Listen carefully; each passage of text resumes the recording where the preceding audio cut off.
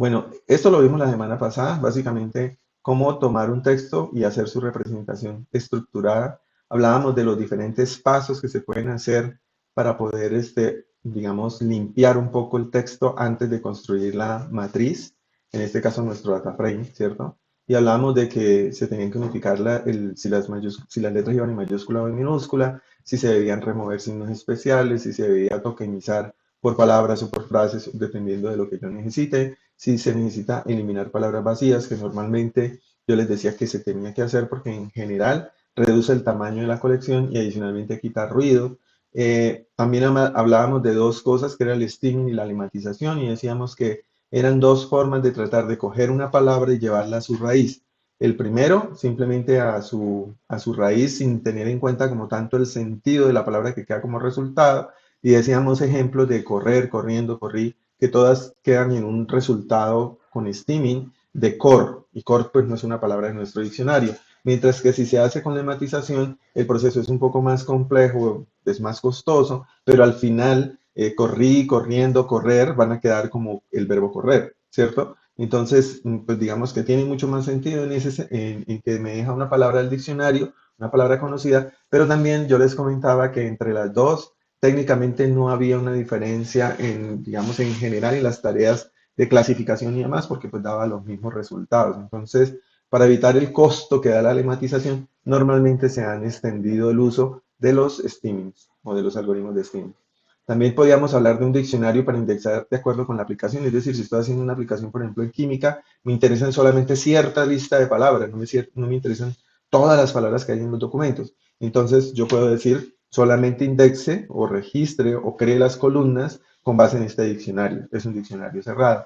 Hablamos también de generar enigramas, es decir, por ejemplo, si tengo la palabra la casa es bonita y yo a la final quedé con que quité es porque son palabras vacías, pero quedé casa bonita, entonces yo podría tener una columna adicional que fuera casa bonita, juntas, o sea, casa rayita bonita, eso es un enigrama en donde yo cogí las dos palabras cercanas y las uní y es un bigrama en este caso porque tiene dos palabras.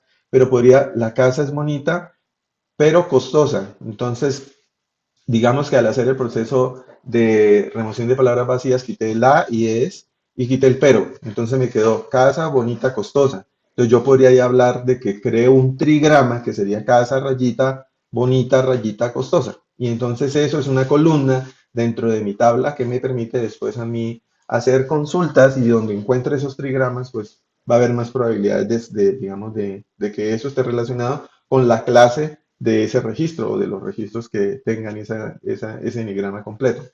Y, por ejemplo, también quitar términos que, a pesar de que hice todo esto, al final quedaron allí metidos. No fueron términos vacíos o palabras vacías, pero tienen, por ejemplo, solamente dos letras. O sea, al hacer el steaming o lo que sea, quedan con dos letras. La probabilidad de que eso realmente aporte es muy poco, o porque solamente aparece, o porque aparece, es un término que de todas formas sigue apareciendo en casi todos los documentos, pues eso se comporta como una palabra vacía. Entonces, todos esos trabajos son los que vamos a hacer para obtener, recordemos, esta tabla. Si fuera modelo binario sería solamente ceros y unos, si es modelo de conteo sería cuántas veces aparece el término en cada documento, y cuando es el modelo TF y DF es una fórmula que está dada por esto o por otra fórmula un poco más compleja que tenga en cuenta la longitud del documento u otras estrategias, ¿cierto? También decíamos que al hacer esta representación, los documentos terminan siendo vectores que tienen una longitud dependiendo del número de términos que yo tenga acá, y que esos vectores normalmente tienen valores siempre que son o cero o que son positivos, ¿sí? En últimas, no, digamos, no me parece un negativo acá un menos uno, no, porque estoy contando o estoy haciendo algo que se basa en el conteo, y lo mínimo que puede estar en un conteo es que no esté presente, y eso es cero. Estas tablas terminan, viéndolas así como tablas, terminan siendo tablas dispersas. ¿Qué es una tabla dispersa? Que está llena en este caso, de ceros, puros ceros. Hay muchos ceros, porque como hay un universo o un diccionario muy grande de términos, pues en un documento no van a estar todos los términos. Es más, están muy poquitos términos. Entonces uno va a encontrar que esto está lleno de ceros a montones. Eso es lo que llama, pues que la matriz está dispersa, tiene muchos datos con ceros. Y normalmente almacenar la matriz directamente así como unas filas y columnas puede ser costoso. Entonces existen sistemas que permiten hacer un almacenamiento disperso nativo, es decir, no quedan como una matriz así como lo vemos, sino como con unas tablas de base de datos indexadas que hacen que sea mucho más eficiente en el almacenamiento. ¿De acuerdo? Bueno, entonces, sabiendo que estos son vectores, normalmente, y digo normalmente porque no es siempre, uno puede visualizar primero esto, bueno, la visualización sí es esta, ¿no? Yo tengo diferentes términos, término uno, término 2, término 3. Entonces, por ejemplo, casa, bonita, costosa, esos son los tres términos. Y en un documento está apuntando acá, es decir, para él no es casi importante casa, sino que es que diga bonita y costosa. Pero, por ejemplo, para este término es más importante que diga casa y costosa. Pero, por ejemplo, para este término más importante que diga casa y que diga bonita, y así sucesivamente. Entonces, normalmente lo que se hace es que, como teniendo esta representación, no se calcula la distancia euclidiana entre los dos documentos para saber si se parecen o no, sino que se utilizan otras métricas, y en este caso, la que más comúnmente se utiliza es la similitud de cosenos. No quiere decir que sea la única, y no quiere decir que es la única que ustedes van a probar. Deben probar varias, porque hay diferentes formas de hacer eso. Pero digamos que es solo para introducirles, es una de las métricas más utilizadas para esto. ¿De acuerdo? Entonces, vamos a ir aquí a RapidMiner y vamos a ver bien con calmita el ejemplo, ¿cierto? Entonces, el ejemplo parte de esto. Tengo un procesar documentos, que es un operador que de una vez me construye la matriz TF y DF, ¿cierto? Él la va a construir.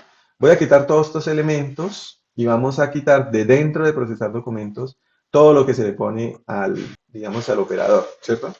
Este operador ya está configurado acá inicialmente en la parte de los directorios de texto. Yo ya dije, hay una carpeta de deporte en donde yo tengo, que está ubicada en tal parte, hay una carpeta de la clase política que está ubicada en tal parte y hay una carpeta de tecnología que está ubicada en tal parte. Entonces, si yo me voy a ir a esas carpetas para que vean un ejemplo de lo que hay en dichas carpetas, ¿listo? Entonces, fíjense que en la carpeta, bueno, la carpeta se llama El Tiempo, porque de ahí fue que saqué las noticias, y tengo las tres carpetas. Y en deportes tengo 15 noticias, no les tengo título por fuera ni nada, simplemente aquí. Aquí tengo 20 noticias de política y tengo en este caso un total de 10 políticas de tecnología. Si yo cojo esto, esto es texto plano, simple y llanamente, entonces lo puedo abrir y podemos observar que dice que Lenovo Yoga Smart Tab es una tableta y un asistente, bla, bla, bla, y está todo el cuento, en este caso, de la noticia, ¿de acuerdo? Eh, ¿Qué pasa? Yo quiero hacer un clasificador, ¿cierto? Un clasificador que reciba un texto y me diga esa noticia de qué, si es de política o si es de deporte o si es de tecnología. Eso es lo que vamos a hacer, ¿de acuerdo? Entonces lo primero que tenemos que hacer es que vamos a usar el operador Process Documents from Files. Entonces yo cojo este señor y este se va a encargar de leer los datos desde los directorios y pues saber que cada noticia que se leyó de un directorio pues pertenece a esa clase.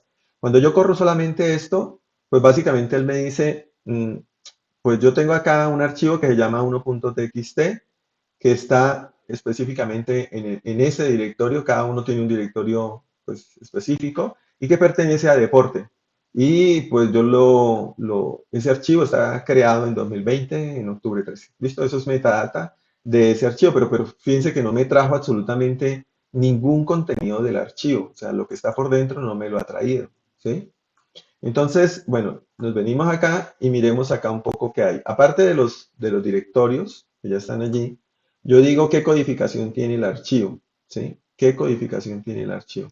En este caso, los archivos fueron creados con codificación UTF-8, que es la que utiliza normalmente por defecto uno aquí en Colombia y en Windows, ¿cierto? Si yo quiero adicionar información, metainformación, ahí la quité. Entonces, mire que no aparece nada, se fue toda la metainformación que yo había colocado. La podemos dejar. Yo quiero decir que conserve el texto original, yo le doy clic y entonces acá, si ustedes se dan cuenta, aparece el texto. Bueno, parte del texto porque tocaría copiar acá para poder ver todo, mire, o ahí ya la ven abierta, ¿sí? Ahí está todo el texto. Lo que pasa es que aquí solamente como está mostrando filita por filita, no nos deja ver sino como el primer pedacito de la noticia. Entonces ya tenemos, todo lo podemos ver allí, ¿de acuerdo? Pero a nosotros no nos interesa que esté así, nos interesa es que quede específicamente como lo necesitamos. Si lo estamos necesitando, pues el texto no me interesa mucho, pero yo quiero ya que quede lo que necesito. Entonces yo puedo venir acá y decirle que me haga el favor y, estoy devolviéndome un poco para que veamos qué pasa cuando agrego ya un primer operador. Dentro de Process Document acabé de incluir este operador, Transform Cases.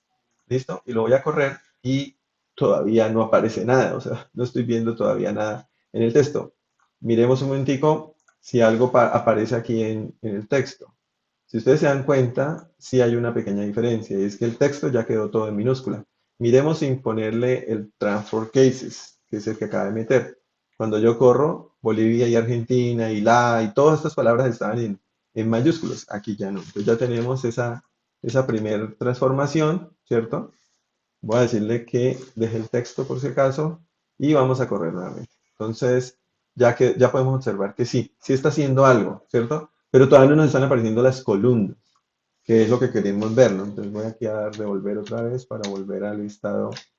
Me volví demasiado.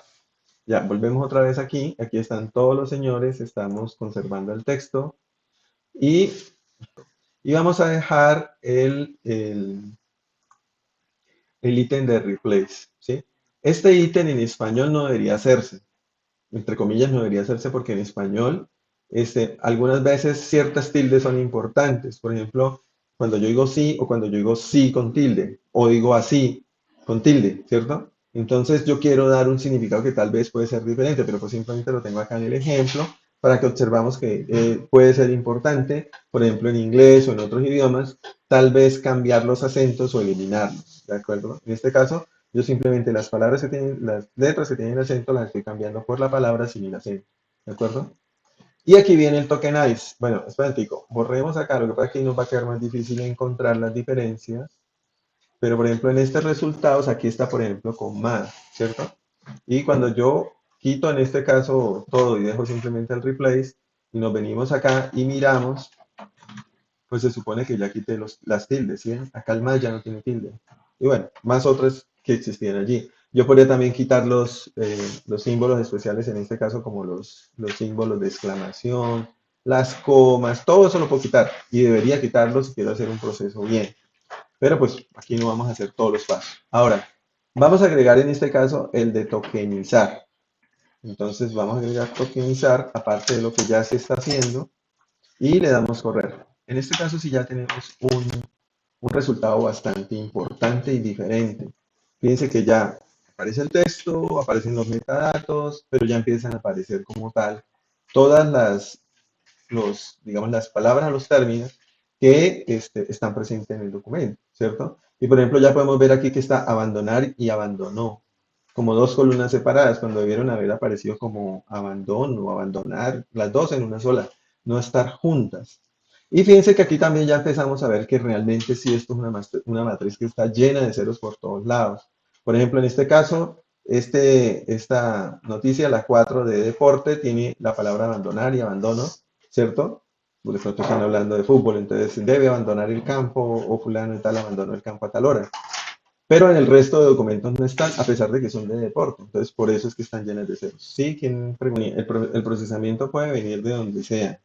O sea, pueden ser, en este caso, por ejemplo, fíjate que son archivos de texto que están organizados en directorios, pero pudieron haber sido archivos PDF. Entonces, implica que yo debía haber hecho antes un procesamiento para coger ese PDF y extraer el texto para que quedara en TXT o que quedara en texto, ¿sí? Porque pues igual nosotros aquí, si por ejemplo un texto es un archivo PDF y trae imágenes, pues nosotros en este momento no estamos utilizando las imágenes. Si quisiéramos usar las imágenes, tendríamos que separar las imágenes y trabajarlas de otra forma. Pero en este caso no lo estamos haciendo. En últimas, el archivo original o donde estén los datos, digamos, no es relevante en el sentido de que lo que me interesa a mí son los datos. ¿Qué tengo que hacer para extraer el dato? Es otra historia. Si es un PDF, tengo que convertirlo a texto y si ya lo tengo como texto, ya puedo seguir con lo que estamos haciendo ahorita. Ah, no, es que yo lo tengo en un Word. Ah, pues yo cojo el Word y les traigo el texto. Para eso tendré herramientas, conseguiré herramientas que cogen los archivos .doc y les traen el archivo, el texto y lo vuelven un TXT, ¿cierto? Y lo mismo puede suceder con PowerPoint o lo que sea. Inclusive, yo tengo un video, pero en el video están hablando y yo quiero saber todo lo que dicen ahí y con eso hacer algún proceso de clasificación, pero con el texto, con lo que ellos hablan. Entonces yo tendré el video o la película, lo que sea, tendré que pasarla por un transcriptor. El transcriptor me generará a mí todo lo que se dice en la película, inclusive con información adicional. Me podrá colocar ahí a qué horas dijeron qué cosas y después quién dijo y demás. Inclusive, pues dependiendo del transcriptor o si ya la película como tal traía captions, pues podré traer hasta toda esta información que ponen, por ejemplo, para personas sordas que dicen, está sonando música de fondo, tal cosa, que no hace parte como tal de los diálogos, pero que puede ser interesante. Entonces, tu fuente puede ser una base de datos, puede ser un video, puede ser un audio, puede ser diferentes cosas, pero de una u otra forma tendrás herramientas que cojan esa fuente y la vuelvan texto, porque aquí necesitamos de entrada que sea texto. Y después ese texto lo pasamos acá a convertirlo en formato tabular, ¿cierto? el- un video, ¿cierto? Pues realmente lo que tú tendrás, por ejemplo, acá es en dónde está el video, porque esta es la dirección del video, lo que pasa es que está larguísima, pero es la dirección del video, y tendrás el identificador del video, o sea, el nombre del archivo 1.mpg o 1. Lo que sea, ¿cierto? Entonces, tú no tienes que procesar para saber cuál video fue, porque tú tienes esta información acá en los metadatos, ¿sí? Entonces, yo tomo una decisión o yo hago algo o yo partí de algo y yo sé de quién estoy hablando específicamente. Yo hice una representación más simple porque pues ignoré todo el audio. En un video ignoro el audio, ignoro como tal las imágenes que se están presentando frame a frame y solamente saqué el texto para hacer aquí una tarea, ¿cierto? Entonces, de una o de otra forma, yo con la información de la metadata me puedo devolver y saber que lo que yo diga, lo que yo afirme aquí, de diciendo que ese señor es de tal cosa, pues tendré que poderlo asociar con su archivo origen o con su fuente, ¿sí me entiendes? A través de un identificador o algo, ¿sí? Porque pues ya realmente devolverme del texto o de la representación tabular del objeto, tratar de devolverme al archivo fuente es muy complicado, ¿sí? Inclusive, ¿haz cuenta? Haz cuenta que no tienes el texto, sino te quedaste solamente con esto. Con esta representación tú podrías decir lo que dice en el texto, no puedes, porque has perdido mucha semántica. Tú aquí sabes que está la palabra abandonó con un 0.079. ¿Eso qué quiere decir? ¿Y en qué frase de todas las frases que iban en esa noticia estaba la frase? Fíjate que se está perdiendo posición, se está perdiendo vecindario, o sea, mucha información se está perdiendo, que solamente se ve cuando usted lee el texto, ¿sí? Cuando usted lee el texto sabe que Juventus está después de Del y está antes de confinada y demás, ¿cierto? Entonces, esa información se pierde. Aquí lo único que estamos tratando de destacar es qué textos, qué términos o tokens están presentes en un documento y con qué importancia relativa. Pero todo lo demás que pueda estar en un texto fluido se pierde. Bueno, entonces veníamos acá en que ya teníamos esto. Entonces, pero ¿por qué aquí aparece 0.079? Entonces, hagamos una cosa. Ya dijimos que tokenizábamos, ¿cierto? Y vamos a venir acá y le vamos a decir a este señor que por favor no represente TF y DF, sino que represente frecuencia de términos. Entonces corro y fíjense que ya acá lo que me está saliendo son números diferentes a los que estábamos viendo ahorita, porque en última está sacando frecuencia. Para que lo veamos más fácil, podemos decir ocurrencia de términos. Entonces, ocurrencia de términos, aquí dice una vez. Por acá habrán algunos que están dos veces, mire, está dos veces. Este término abogado está dos veces en esta, ¿cierto? Como de política es posible que hayan repetido el término de abogado dos veces. Entonces, aquí hay varias formas de representar. La ocurrencia binaria, pues obviamente donde estaba el 2 ahora nos queda un uno, mire, abogado uno, todo es ceros y unos. Aquí ya no hay números diferentes a ceros y unos. Pero, pues básicamente la más importante que yo les decía que es la más utilizada es TF y DF. Y esa es la que nos da valores que siguen siendo valores positivos, ¿cierto? No van a ser valores negativos, solo positivos, porque se derivan de los conteos iniciales. Entonces, van a ser importancias relativas de este término en este documento, teniendo en cuenta la importancia del término en toda la colección de documentos. Entonces, esto es lo que hace hasta acá, ¿no? Entonces, nos devolvemos acá y vamos a preprocesar documentos y vamos a volver a donde íbamos, tokenizar, estábamos básicamente acá. Bueno, y volvemos a arrancar, borramos todo esto, venimos acá Estamos utilizando TF-DF, ¿cierto? Le estamos diciendo que conserve el texto, ya no, ya sabemos qué está pasando, ya se nos crearon las columnas. Y venimos acá, entramos y ya vamos a decirle a ese señor que, bueno, hagamos el tokenizar solito primero, ¿sí?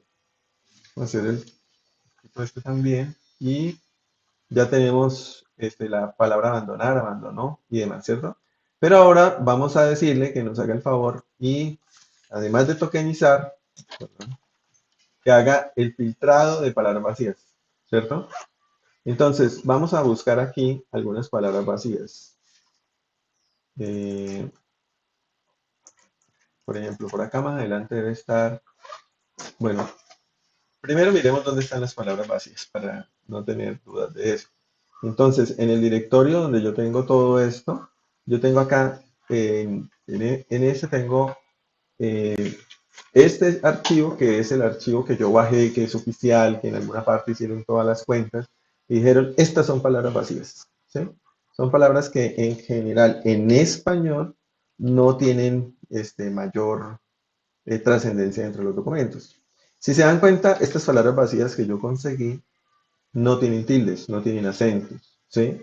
Entonces, tiene sentido que yo haya quitado los acentos, porque utilicé un extractor de palabras vacías que no tiene acentos. Entonces, pues, me sirve. ¿Por qué? Porque si, por ejemplo, yo no quito los acentos y allá en el texto viene algún con tilde, pues este no lo va a poder eliminar, ¿de acuerdo?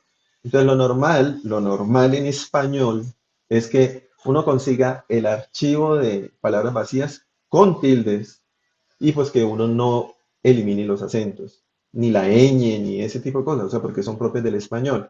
Pero si yo, por ejemplo, estoy en inglés, es normal que yo consiga este archivo de palabras vacías en inglés no hay tildes. Y pues obviamente allá quitaría acentos por sí, por alguna razón, esos textos de las noticias tienen algún tipo de acentos, ¿de acuerdo? Entonces ahí hay que haber, se tiene que tener una correspondencia entre eso. Entonces, pues por acá habrán palabras de esas, ¿cierto?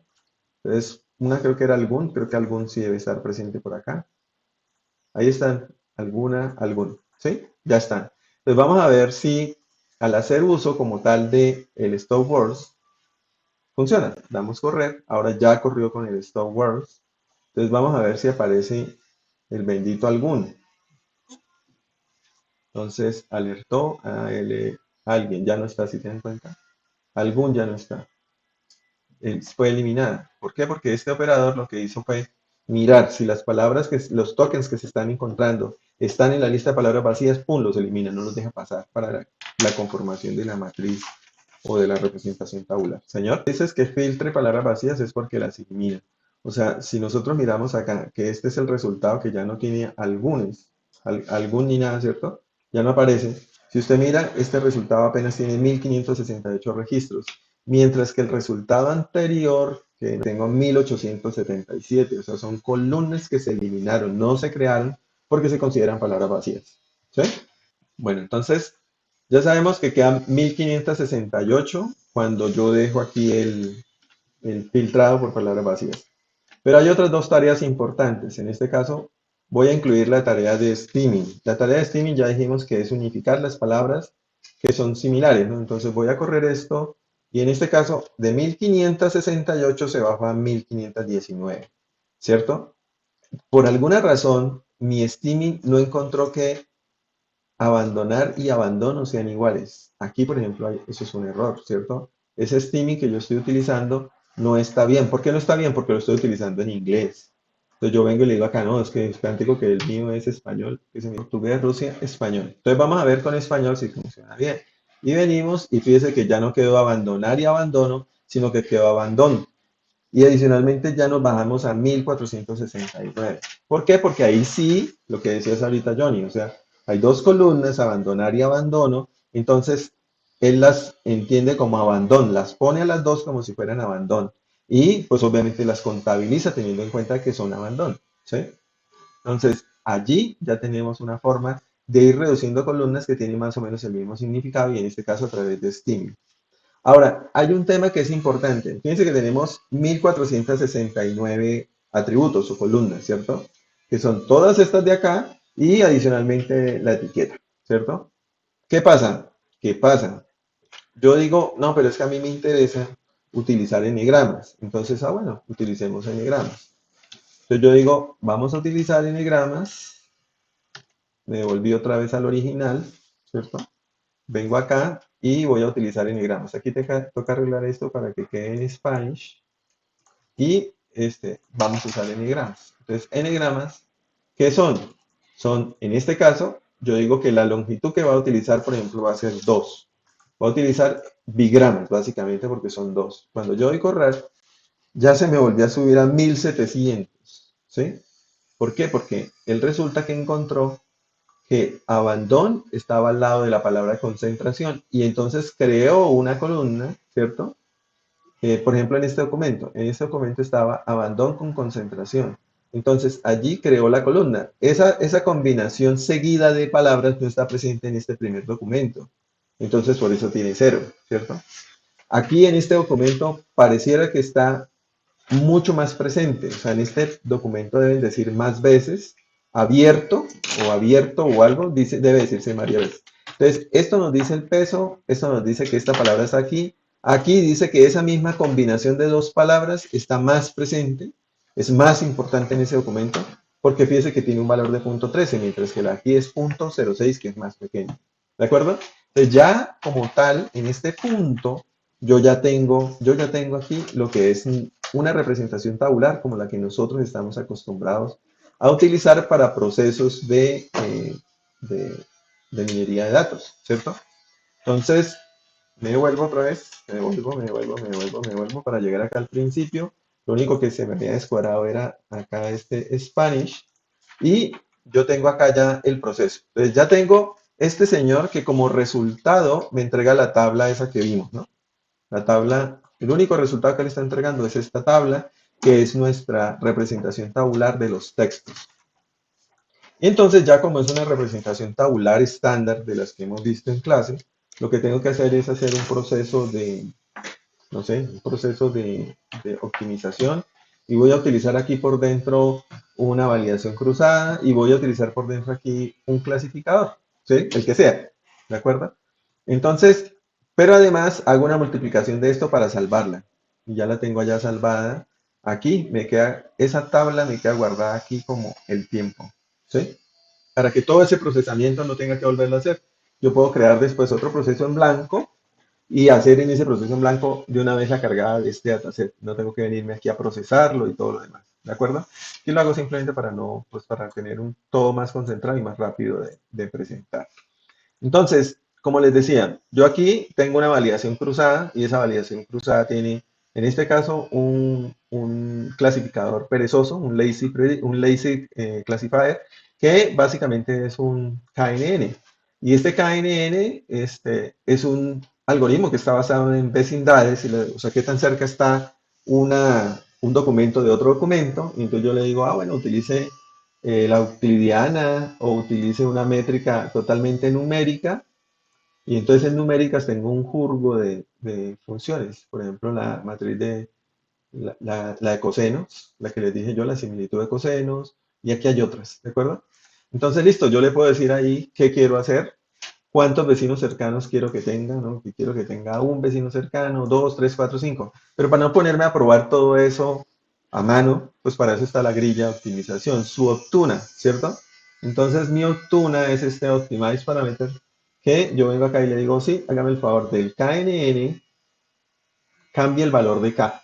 Entonces pruebe desde 2 hasta 10. Bueno, ¿y por qué no desde 1? A ver si es desde 1, puede ser 1 la mejor solución. Entonces, desde 1 hasta 10 va a probar desde 1 hasta 10. Ahora, ¿qué medidas numéricas quiere probar? No, yo quiero que pruebe todas las medidas numéricas que tiene allí, entre ellas la similitud de coseno y demás, ¿de acuerdo? Entonces ya cuadré todo esto, doy a ejecutar y en ese proceso ya se hizo. Bueno, entonces miren, él aquí ya corrió, bueno, pareciera que todavía está procesando, ¿sí? Y entonces él nos muestra todas las ejecuciones que hicimos. Obviamente, eso es lo que a ustedes en la competencia se les demoraba porque eran muchísimos más datos.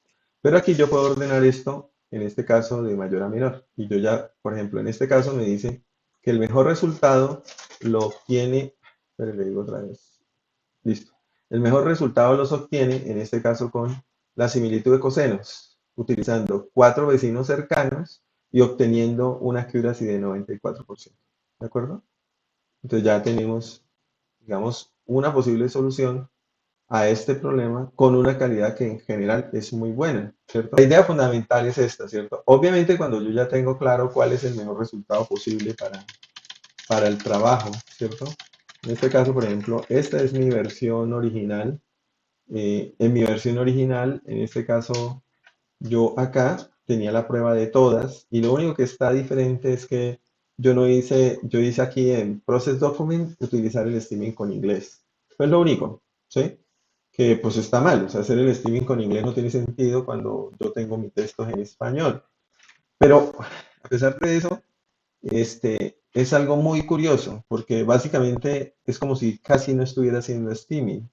Y los resultados que puedo obtener, en este caso con este clasificador, en performance son del 95.5, ¿sí? Mejor que inclusive haberlo hecho con el streaming en español. Entonces, pues eso me pareció curioso en cuanto a los resultados obtenidos. ¿Listo? Entonces, esta es más o menos la tarea de lo que se hace ¿cómo se dice? En procesamiento de textos para convertir los datos tabulares, ¿cierto?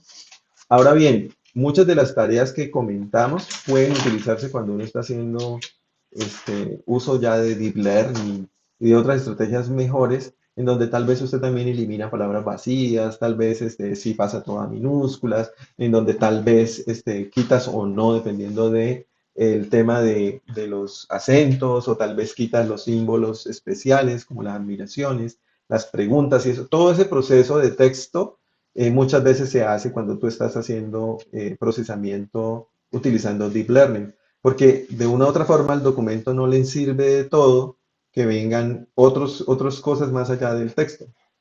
Depende obviamente de la solución de Deep Learning que usted esté tomando, ¿de acuerdo? Bueno, esto con respecto a clasificación de textos. Creo que ya nos quedó claro a todos, ¿cierto? Por favor. El ejemplo más básico para hacer clasificación basada en costos y la razón más básica para eso es que normalmente en algunos escenarios lo que importa más que haya un valor alto de accuracy o un valor alto de precisión o de recuerdo, lo que importa es la plata que se gasta en eso, ¿cierto? El dinero que implica tomar una decisión. Entonces, para eso, normalmente uno lo que hace es tomar decisiones basadas en costos. Entonces voy a salvar esto, voy a abrir este nuevo proceso y este proceso de aprendizaje basado en costos va a partir de un dataset que se llama créditos, ¿cierto? O Credit G. Voy a borrar todo lo que está aquí para que veamos el contenido de ese dataset. Entonces voy a correrlo y este es el contenido del dataset. Tiene básicamente una columna que dice si la persona es buena paga o mala paga, ¿cierto? Y viene un conjunto de atributos que obviamente son importantes, ¿no? Entonces, qué notaciones hay de pronto en su historial crediticio, cuál es su estatus actual en el banco, cuánto lleva con nosotros en el banco, eso pueden ser días o pueden ser meses o pueden ser años, habrá que buscar en el dataset qué significa, qué quiere hacer, no sé, quiere comprar un radio o un televisor, o quiere para educación, o si lo quiere para muebles y equipos en la casa, y así sucesivamente. Entonces, hay un conjunto de atributos, ¿cierto? En donde me dicen a mí características ¿cómo se dice? Del cliente del banco, ¿cierto? Entonces, yo tengo toda esa información y quiero con esa información predecir si la persona es buena paga o mala paga, pues para saber si le hago un préstamo futuro a alguien, ¿cierto? Entonces, siendo así, vamos a partir de que tenemos un proceso de validación y este proceso de validación es un proceso estándar. Es decir, mire, estoy usando validación cruzada, 10 folders, estratificado y entro acá y voy a usar un árbol de decisión. Simple y llanamente, un árbol de decisión. ¿Y qué le cambio a lo que está en el lado de acá a la derecha? Normalmente yo tendría el apply model para aplicar el modelo sobre los datos de prueba y tendría aquí el cálculo de la accuracy, bueno, lo que yo quiera calcular, ¿no? Accuracy, error, bueno, lo que sea. Aparte de eso, voy a incluir este otro cálculo de costos, ¿cierto? Entonces, ese cálculo de costos, tú dices, ah, no, Frantico, es que a mí predecir a alguien que se va, ¿cierto? pero o sea, yo predigo digo que, bueno, que es mala paga, yo predigo que va a ser mala paga, y resulta que la persona no era mala paga, sino que era buena paga. Entonces, pues yo allí tengo un costo de oportunidad, porque yo debía haberle prestado a esa persona porque era buena paga. Y yo le dije que era mala paga y no le presté. Entonces ahí tengo un costo de oportunidad. Y ese costo de oportunidad, por ejemplo, me vale 1.000 pesos. ¿Sí? O 10.000 dólares, lo que sea. Me vale 1.000 pesos. Pero equivocarme con alguien al que yo le digo, señor, yo le presto porque usted me parece buena paga, y resulta que la persona es mala paga, y yo le presté, y pues después va a ser todo un problema para recuperar el capital, pues para mí relativamente eso es muchísimo más costoso, y me vale, por ejemplo, 7.000 pesos, ¿sí? O como lo tenía ahí, como una relación de 1 a 7, ¿sí? Entonces, digamos que esto ya son pesos, ¿no? Entonces ya tengo el valor. Yo le doy correr, él corre, me generó en este caso este árbol de decisión supremamente grande porque ese problema es complejo y me da un vector de una matriz de confusión y esa matriz de confusión me muestra que en total tengo una accuracy de 68.7 y tengo estos valores, ¿cierto? Se nota, por ejemplo, que aquí yo predigo que es un mala paga, pero él realmente era buena paga y fueron 100. Pero aquí yo predigo que la persona es buena paga, pero resulta que la persona no era buena paga, era mala paga realmente. Y aquí son 200 algo. Es decir, este me sale más costoso que este, ¿cierto? Debió haber hecho lo contrario. De pronto ponga este más grande, pero este ponga lo más pequeñito. Quiere decir que el costo de lo mío sería 206 más 107, que es el costo de la predicción, porque por estos lados no tengo costos.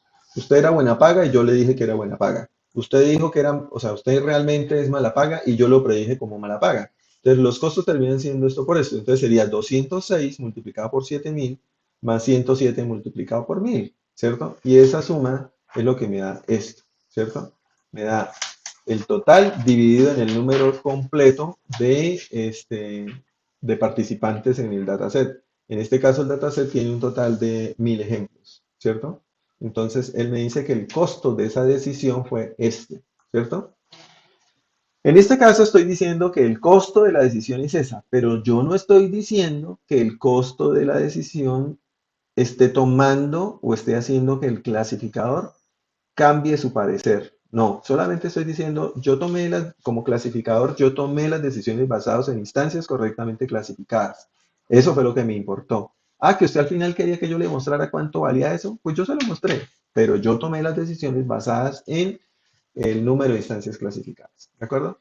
Entonces, si yo quiero que las decisiones no se tomen basadas en instancias correctamente clasificadas, yo me voy por otra opción. Entonces, ¿la otra opción cuál es? Aquí yo ya la tengo hecho. Voy a quitar el de arriba, que era el que habíamos hecho ahorita. Y este señor, el que dice validación 2, es distinto. ¿Por qué es distinto? A ver, aquí, 10 folder estratificado. Hasta ahí es igual. Entramos, y fíjense que cuando entramos no encontramos un decision tree. Aquí encontramos lo mismo, ¿no? Bueno, la tabla aquí originalmente dice 1 y 5. Voy a hacerlo así para no enredarnos. O ponemos el 1000 si queremos. Ponemos el 1000. Y aquí pusimos 7000, ¿cierto? Acá arriba. Entonces aquí ponemos 7000, ¿sí? Y este es el que aquí coloqué fue 10.000, ¿cierto? Me fue una de más. 1000, ¿ok? Listo. Entonces este simplemente de chip me informa cuánto es el costo de mi clasificador, pero solo lo informa. Pero aquí, ¿qué hice? En vez de directamente poner el decision tree, yo puse un metacost. Ese metacost, fíjense que tiene dos rayitas, o sea que tiene profundidad. Puedo darle doble clic y resulta que adentro que hay un decision tree, ¿sí? Y ese decision tree puede tener hasta la misma configuración que el del otro lado, ¿sí? El que tengo allá por fuera. Puede tener exactamente la misma configuración, pero él no va a tomar las decisiones por instancias correctamente clasificadas, sino por costos. Y este metacost es el que le va a decir los costos. Y pues aquí me toca volver a meter la misma matriz que metí en el otro lado para decirle cuáles son los costos. 1000 y 7000. ¿Sí? Entonces, con solo esto, yo ya logro una cosa totalmente diferente. Corremos. Fíjense que el costo era 1.300 algo. Bajó a 765.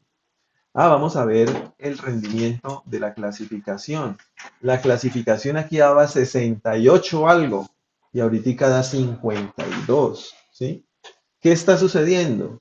Pues que él, este número que era 206, lo bajó porque él dice, no, esos son muy costosos, no nos podemos equivocar con ellos. Entonces, tú reduce la cantidad de elementos en los que se va a, digamos, a equivocar en este cuadrante, pero ¿a qué costo? Al costo de aumentar este y tal vez disminuir también estos dos un poco, ¿cierto? Sacrifica un poco de accuracy, pues en este caso tenía 68 y bajó a 52, ese poquito no es tan poquito, porque serían básicamente como 52, 62, darían como 160 registros que se disminuyeron acá. Y adicionalmente, ¿esos para dónde fueron? Se fueron para acá. Tanto los que no estuvieron acá se cargaron. Entonces el clasificador toma decisiones, en este caso, priorizando costos y pues obviamente es muy seguro, muy probable que se disminuya la accuracy, pero pues quiere decir que voy a tener menos costos en general, es decir, mi estrategia de préstamos va a ser más efectiva a largo plazo. Ahora bien, cuando yo miro esta matriz de confusión de una vez, esto alerta, ¿no? O sea, pucha, o sea, a mucha gente le estoy negando el crédito cuando debía haberle prestado y eso pues también tiene un efecto negativo a largo plazo. Entonces tal vez cuando yo corro este clasificador, yo, si a la persona quedó clasificada como mala, de una vez y quedó clasificada como mala, le hago una segunda instancia con otro clasificador o con un asesor humano que revise a fondo su caso y tal vez lo cambie, ¿cierto? Entonces, o buscar un equilibrio para que esta situación no se presente tan fuerte, tan grande, ¿cierto? Consiguiendo más datos, más columnas, más atributos de los clientes y demás, ¿de acuerdo? Entonces, esto es el concepto de metacostos, ¿sí? Creo que el ejemplo que yo les había dicho era el del túnel carpiano, ¿cierto? De una profesora que hizo sus estudios en Brasil.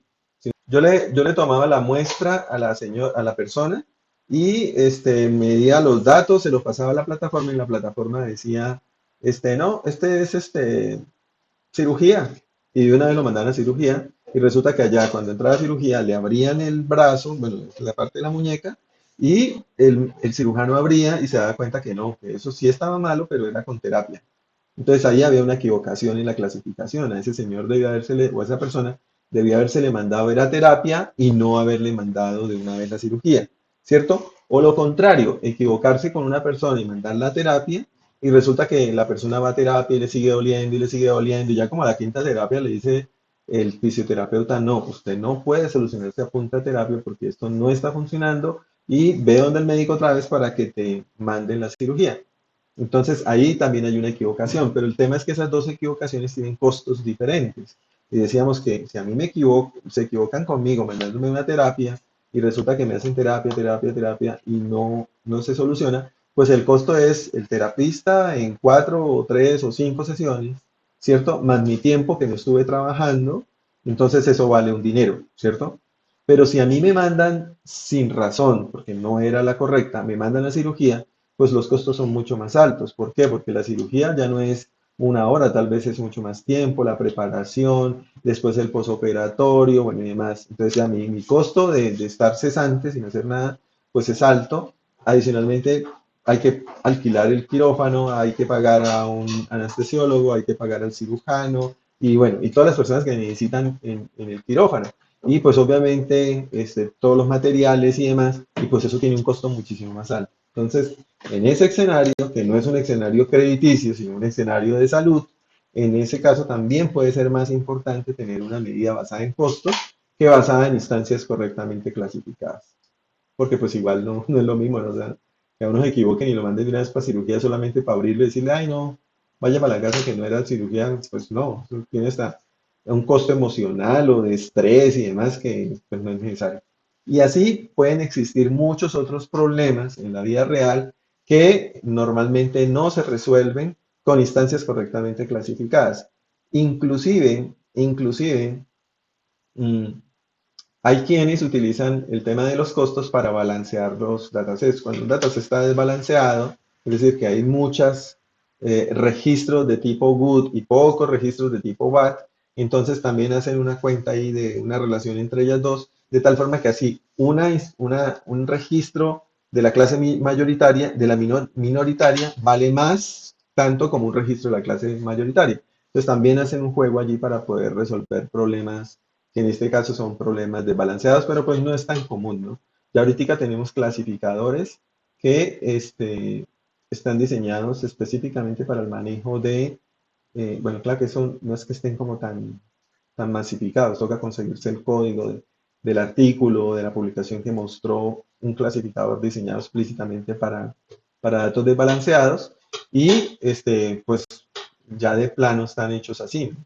Y si no, lo que les digo, una opción es esa, o la otra opción, que es la más común, es hacer uso de una opción que se llama Smooth, que lo que hace es, tú puedes decirle, genera registros sintéticos de la clase minoritaria para equipararla con la clase mayoritaria, ¿cierto? O de la clase grande, elimina algunos de los registros para que quede al tamaño de la clase minoritaria, ¿sí? Es decir, agrega o elimina registros dependiendo de. Sí, Ronald, digamos, cuando yo tengo problemas, tengo que revisar si realmente mi problema es de instancias correctamente clasificadas o si mi problema es de costos, ¿cierto? Y si es de instancias correctamente clasificadas, tengo que definir bien qué es la métrica que más sirve. Si estamos hablando de la accuracy o la precisión o el recuerdo u otros, ¿de acuerdo?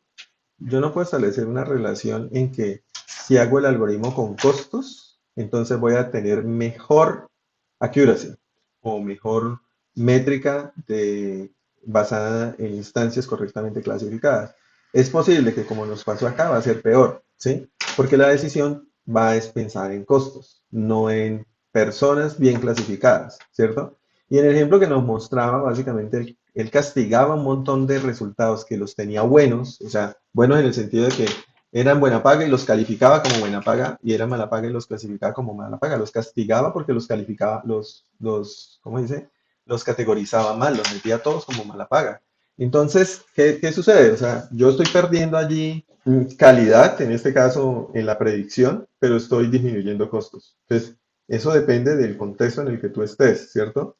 Y también depende de qué tanto puedas hacerlo, ¿no? Porque si tú pones unos costos, esos costos tienen que ser reales. Pero si tú dices, no, yo pongo 1 a 10, ¿de dónde sacó el 10? No, es que a mí me parece. Pues obviamente al hacerlo así, muy posiblemente estás presionando demasiado al algoritmo para que se equivoque hacia el lado de prediga a todo mundo malo, porque, porque pues obviamente está muy caro equivocarme al ser malo, cuando eso no tiene relación con la realidad. Entonces, esos valores o esas relaciones entre equivocarme con uno o equivocarme con el otro, pues tienen que ser bien estudiadas para que realmente sí tengan sentido, ¿sí? Entonces, por eso yo les decía acá en el ejemplo ¿me llama? Del túnel carpiano, les decía, yo hago las cuentas de cuánto el paciente pierde en horas laborales, cuánto pierde en 3 desplazamientos, cuánto pierde digamos, si usted lo puede monetizar en dolor, porque pues igual cuando uno va a esas terapias, pues duele, si usted está realmente de cirugía y a usted le están haciendo masajes, pues obviamente son dolores que no son gratuitos y en últimas no tiene confort. Entonces usted tiene que monetizar eso, ¿cierto? Más el costo obviamente del servicio, del fisioterapeuta y del sitio que le está haciendo bueno, ¿cuánto cuesta eso? Más cuánto cuesta digamos, el que la persona no esté trabajando, eso tiene un costo y usted tiene que promediarlo, ¿no? Porque pues tampoco puede ser el costo de una persona que gana 1 millón de pesos a una persona que gana 10 millones de pesos. Obviamente el de 10 millones de pesos la hora sale más cara y el de 1 millón de pesos la hora sale más barata. Entonces tú tienes que promediar tu población y sacar un costo promedio para decir, bueno, este sería más o menos el costo de lo que es en promedio una persona que se va a terapia y no debió haber ido a terapia, sino a cirugía. Y por el otro lado tiene que ser la misma historia para que esos costos sean lo más real posible. ¿De acuerdo?